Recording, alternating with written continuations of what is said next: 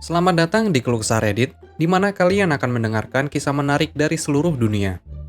Kali ini adalah beberapa kisah tentang malicious compliance yang singkatnya memberi pelajaran kepada seseorang yang ngeyel alias kolot.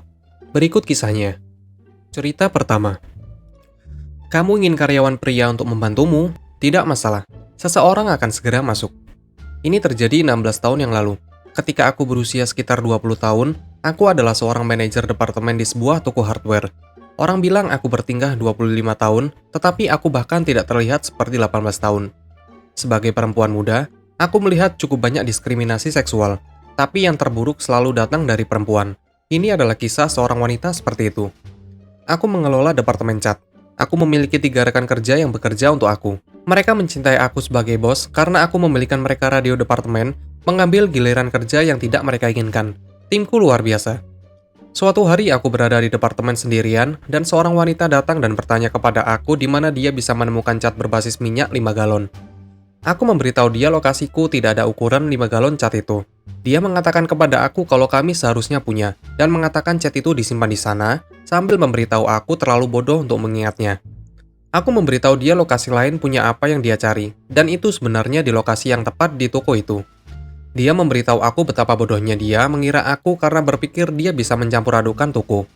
Kemudian dia mulai berteriak, dan dengan keras bersikeras aku harus memanggil karyawan pria di departemenku untuk membantunya karena dia menginginkan seseorang yang kompeten dan bukan gadis kecil yang bodoh.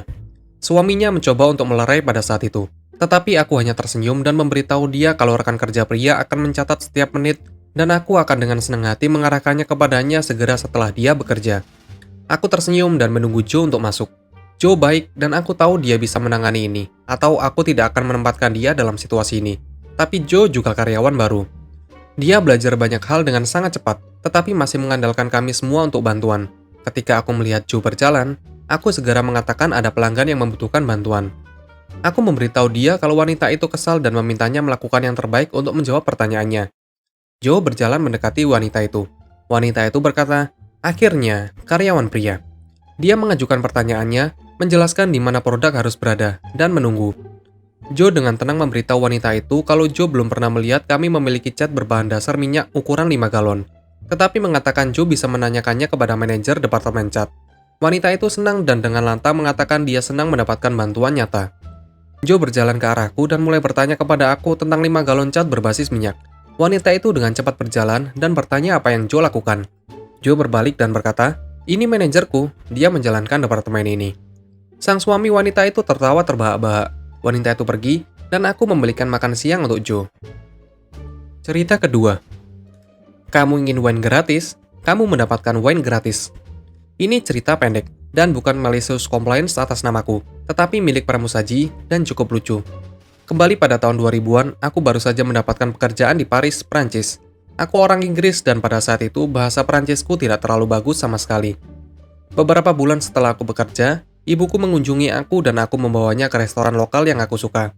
Sekarang dalam bahasa Prancis, carafe lebih kecil dari botol biasa saat memesan wine. Detailnya agak samar pada terjemahan itu.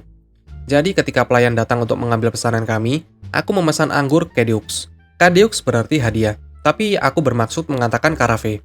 Pokoknya pramusaji membawa anggur, dan kami menikmati makanan kami. Ketika tagihan datang, atau l'addition, dan biaya wine tidak terlihat. Ketika pramusaji datang, aku bertanya di mana harga wine itu, dan dia senyum lalu berkata, "Kamu memesan hadiah." Cerita ketiga. Aku tidak melakukan apa-apa dengan benar. Baiklah, aku akan melakukannya dengan caramu. Aku dulu bekerja di sebuah perusahaan swasta yang dimiliki oleh seorang wanita kaya yang mampu membuat putrinya yang bodoh, keras kepala, dan kejam menjalankan salah satu departemen. Itu tidak berjalan dengan baik, tetapi itu adalah departemen kecil, dan sang ibu lebih tertarik untuk membuat putrinya bahagia daripada menghasilkan keuntungan.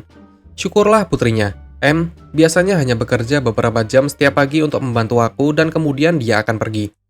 Aku mendukung semua orang dan mendukung orang untuk mempelajari hal-hal baru, tetapi M tidak cocok untuk manajemen dan jelas tidak memiliki sertifikasi akuntansi. M akan membantu aku, dan aku akan menunggu M pergi sehingga aku bisa memperbaikinya. Menulis catatan yang dapat dibaca, mengirim pemberitahuan, memberikan perubahan dan tanda terima kepada pelanggan, memposting pemberitahuan yang lewat jatuh tempo, dan lain-lain. Ini berlangsung selama 3 tahun sampai aku menemukan pekerjaan yang lebih baik, dan memberikan pemberitahuan resign 2 minggu. M sangat marah, M merasa itu adalah pengkhianatan. M mulai tinggal sepanjang hari untuk melakukan pembukaan apapun. Dia mulai berbicara dengan rekan kerja dan pelanggan, memberitahu mereka kalau aku tidak tahu bagaimana melakukan pekerjaanku. Aku melakukan semuanya salah, dan itu semuanya salahku. Kami bukan departemen yang lebih baik. M akan melakukan ini di depan wajahku juga, menarik seseorang ke samping untuk berbicara dalam bisikan panggung. Aku tidak bisa melakukan apa-apa kan? Jika M mengatakan demikian, aku akan berhenti melakukan hal-hal dengan caraku, dan hanya melakukan apa yang M minta secara eksplisit. Aku tidak akan bekerja penuh sesuai gaji, tetapi malah memberikan perubahan seperti M melakukan pekerjaannya. Aku tidak akan menyalin tulisan tangannya yang mengerikan. Aku tidak akan memberikan pemberitahuan jatuh tempo. Aku tidak akan memeriksa spreadsheet saldo pelanggan. Pada akhir pekerjaanku di sana, mereka telah beralih dari menggunakan Excel ke menggunakan buku catatan spiral untuk mencatat pembayaran pelanggan, memberikan laptop dengan catatan lama dan lembar kontak pelanggan, dan menghapus saldo terutang karena M bersikeras catatanku salah. Akhirnya mereka kehilangan beberapa ribu dolar, dan klien tidak akan memiliki cara untuk menghubungi mereka kecuali mereka datang sendiri karena departemen kami tidak memiliki nomor telepon resmi. Tapi ingat, aku tidak pernah melakukan sesuatu dengan benar sesuai kata M. Terima kasih telah menonton video ini.